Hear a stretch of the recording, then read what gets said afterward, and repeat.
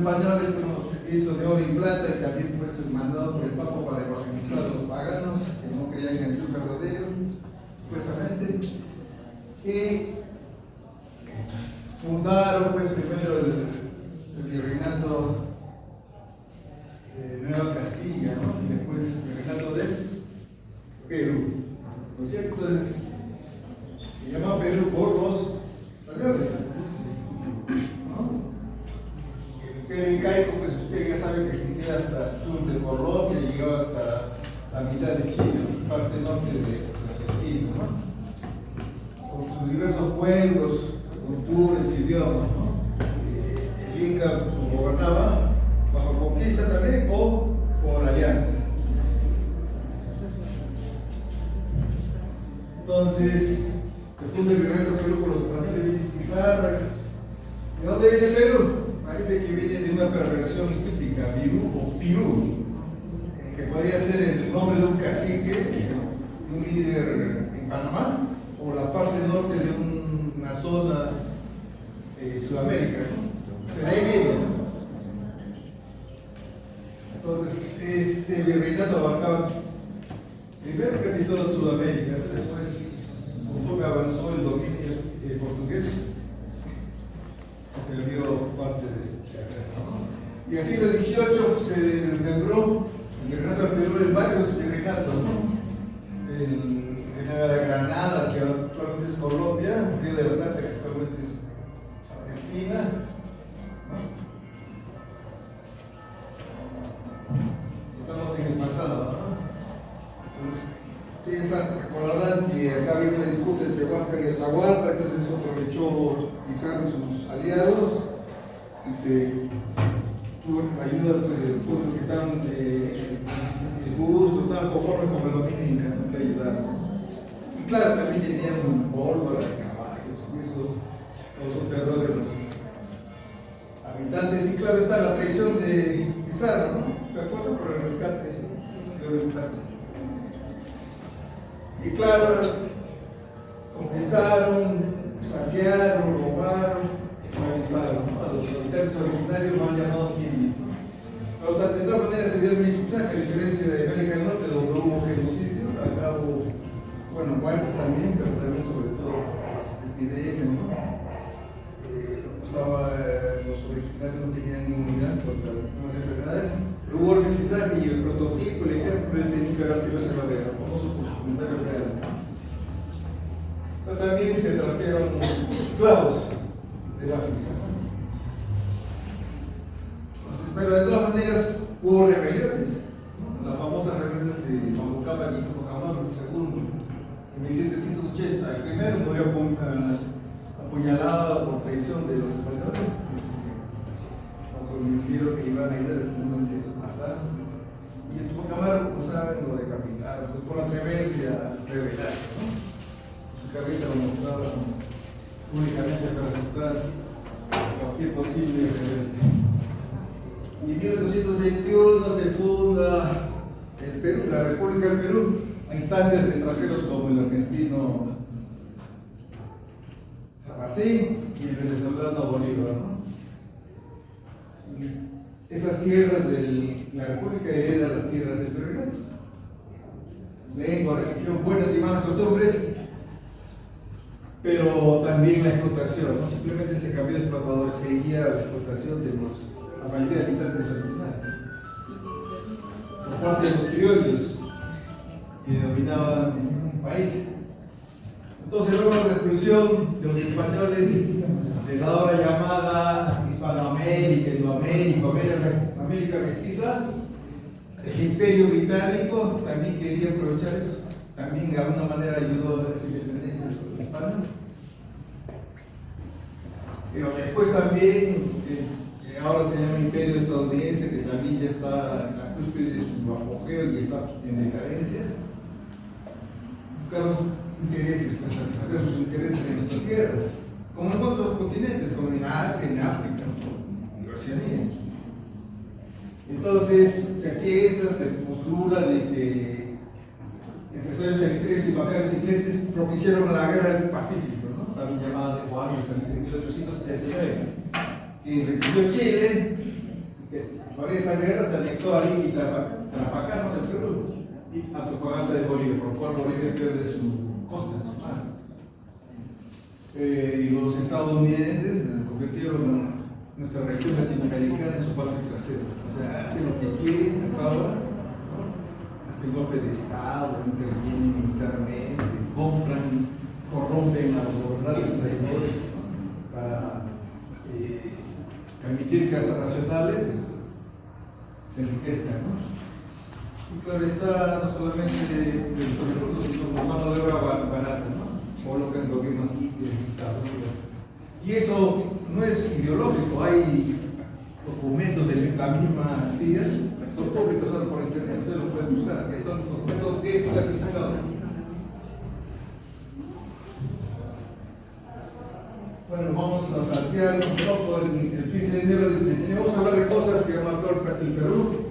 El presidente José Paz estableció la jornada de 8 horas, los paros, huelga generalizada por panaderos, seguida por tejedores, curtidores, motoristas, transportistas de buses y trenes y trabajadores de bajo perfil. Es decir, por presión social, los derechos entonces se reclaman. En este caso fue una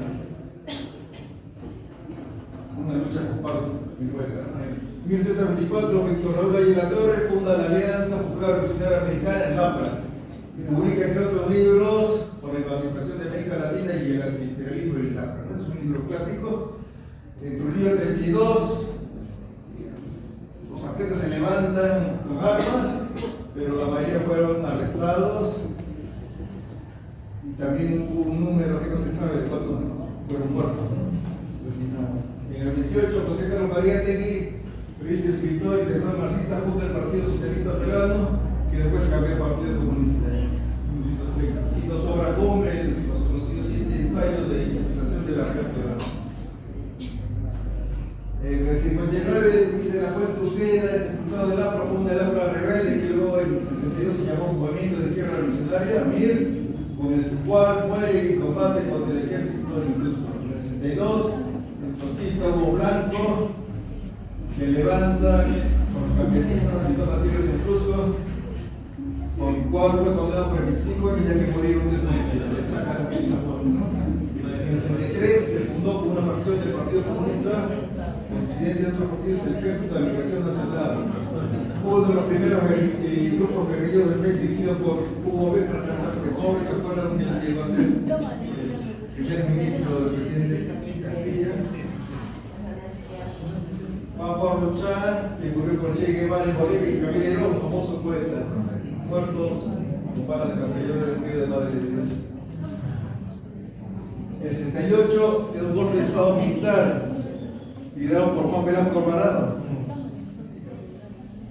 y derroca el primer gobierno de Perón de Terry, se instala la llamada Revolución Peruana, con Velasco Alvarado, y se realiza la tan ansiada reforma agraria. Como ya había levantamientos subversivos, entonces para evitar más, el ejército, pues, las Fuerzas Armadas estratégicamente hace golpe de Estado para hacer la reforma agraria, con el lema: campesino, el patrón no comerá más de tu pobreza.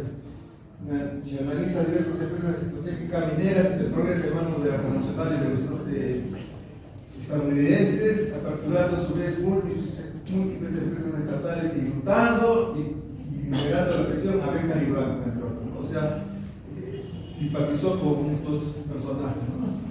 Aunque él se presentaba como ni de derecha ni de izquierda, ¿no? Como la tercera vía. Nos saltamos a fines del siglo XX, luego del desastre del primer gobierno aprista de Alan García, el ingeniero nipón peruano Alberto Fujimori es elegido como mandatario de la nación, aplicando el 8 de agosto el famoso Fujichoku, severo paquete económico, ¿no? Porque había una hiperinflación, ¿no? Para nivelar los precios, tuvo que subir los precios de muchos productos, ¿no? Por ejemplo, el costo de la harina aumentó casi 7 veces y de la gasolina 30 veces. En abril del 92, Fujimori hace un autogolpe, disuelve el Congreso y en su gobierno se derrota a los subversivos maoístas del Sendero Luminoso. congresista guevarista, movimiento revolucionario de Pocamano, liderado por el ex artista y economista Víctor Colay, y después por el líder sindical de Social Power. Su pasado reciente, al renunciar Fujimori su proyecto de un tercer gobierno, es elegido el abogado Valentín Paniagua como primer mandatario y le siguen en el cargo el economista Alejandro Toledo, el abogado Álvaro García en su segundo gobierno, el ex militar Ollanta Humala y el empresario Pablo Kuczynski, quien antes de que el Congreso lo bacara del cargo prefirió renunciar. Así le sucedió el ingeniero Martín Vizcarra, su primer vicepresidente. Vizcarra a su vez fue vacado por el Congreso, sucedido por el productor agropecuario Manuel Merino, del 10 al 15 de noviembre de 2020. Solamente se hizo un cargo. Y a su vez fue reemplazado por el ingeniero Francisco Sagasti hasta el 27 de julio del 21, cuando le sucedió el maestro rural Pedro Castillo, hasta su vacancia luego de su nominal y fallido autogolpe de Estado el 7 de diciembre del 22. Ese día le sucedió la abogada Nina Boluarte, cuyo primer año cobró más de 1.000 heridos y 77 muertos de manifestantes, peatones, parados, policía y 6 soldados, ¿no? Protestando, ¿no? En medio de las protestas contra su gobierno. Y su vacancia fue el 10 de octubre del 25, el mes pasado nada más, cuando le reemplazó en su cargo el también abogado José Gil. El presente, se habla de que nuestro es un narcoestado, pues siendo a veces unos años sí y otros no, los primeros productores mundiales de coca y cocaína. Hay una ingente cantidad de todas clases de negocios que son financiados por su tráfico ilegal, lo que se llama lavado de dinero, y los sitios de comercialización urbana de las drogas ilícitas son muy conocidos incluso por muchas autoridades que también pueden beneficiarse de estos negocios.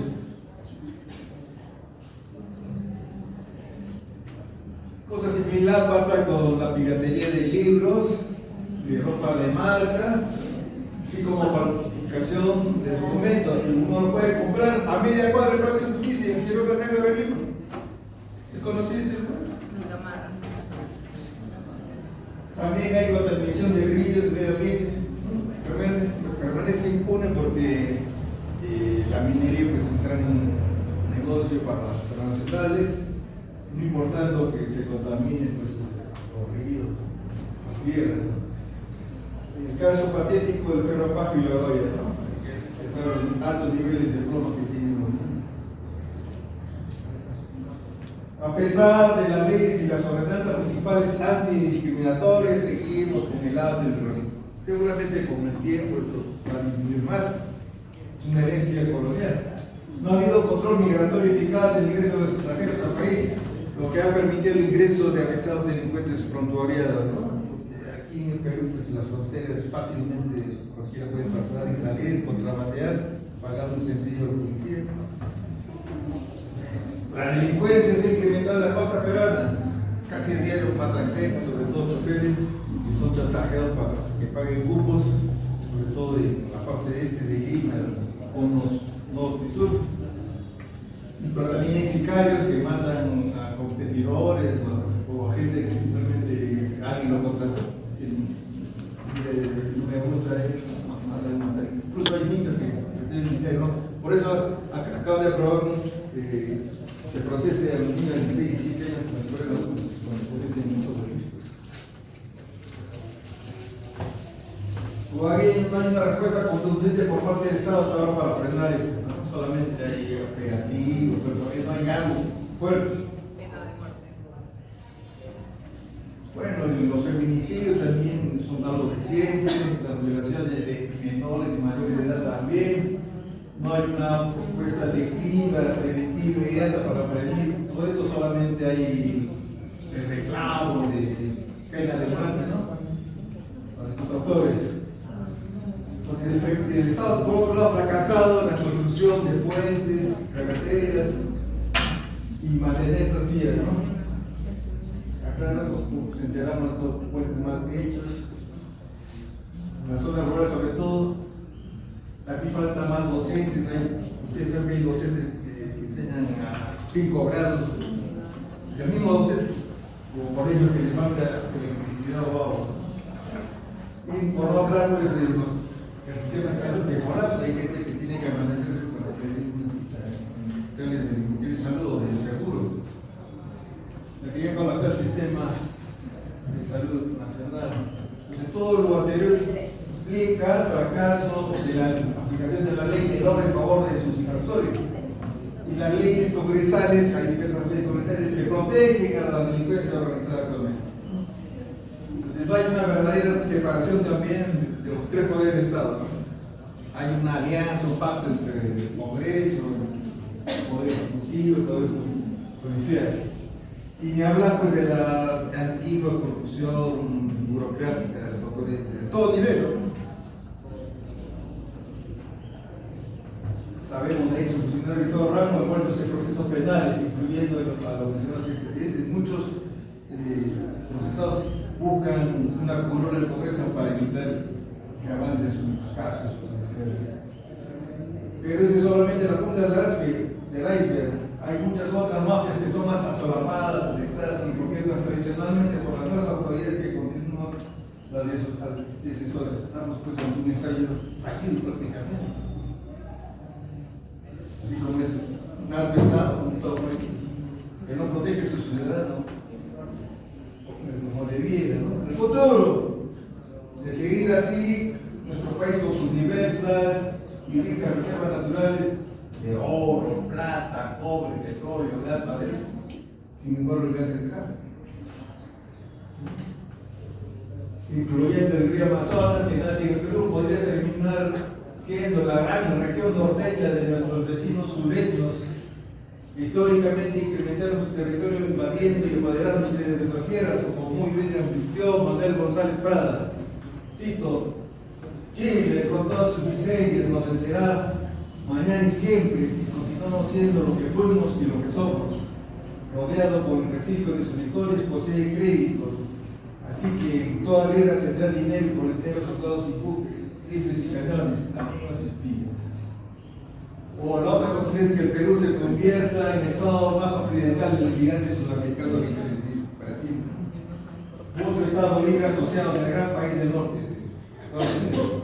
O perderá su Amazonía con nuestros vecinos norteños, es decir, Ecuador, con los que hemos venido teniendo conflictos en los últimos 2 siglos, estoy acabando. Entre los habitantes de nuestro país hay muchos que saben leer y escribir, pero lo desconocen de la historia tanto universal como del Perú. O sea, es oficial que no te enseñen historia del Perú, historia universal. O carecen de pensamiento crítico, te enseñan 11 años o más de religión, pero no para pensar críticamente. Hay un curso de ética en primaria, de filosofía en secundaria. Hay no pocos semi-analfabetos o analfabetos funcionales que no entienden lo que leen, o que no pueden escribir lo que piensan, o peor aún, hay alguna gente que entra en pleno siglo XXI, porque los colegios no te han estimulado a que lean.